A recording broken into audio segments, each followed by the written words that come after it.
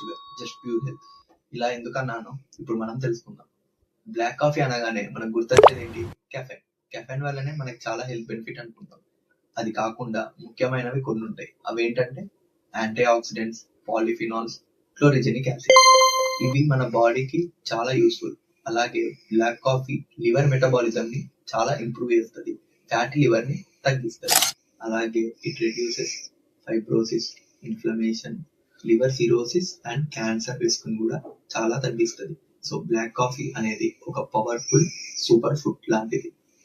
అలాగే ముఖ్యంగా ఏంటంటే ఇన్సులిన్ సెన్సిటివిటీని చాలా ఇంప్రూవ్ చేస్తుంది.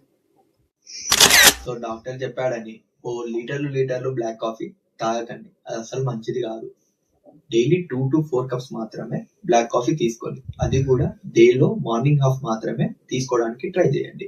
ఈవినింగ్ హాఫ్ తీసుకుంటే మెయిన్ గా మనకి స్లీప్ డిస్టర్బెన్సెస్ వచ్చే ఛాన్స్ ఉన్నాయి.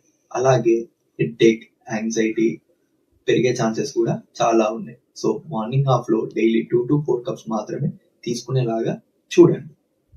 సో బ్లాక్ కాఫీ ఓవర్ గా తాగితే గ్యాస్ట్రిక్ ఇష్యూస్ వచ్చే ఛాన్సెస్ కూడా చాలా ఉన్నాయి. So have in limit.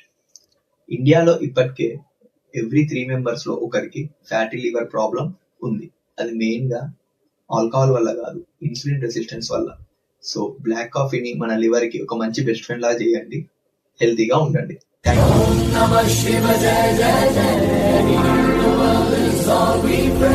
Save our lives and take our pain away. Jai, Jai, Jai.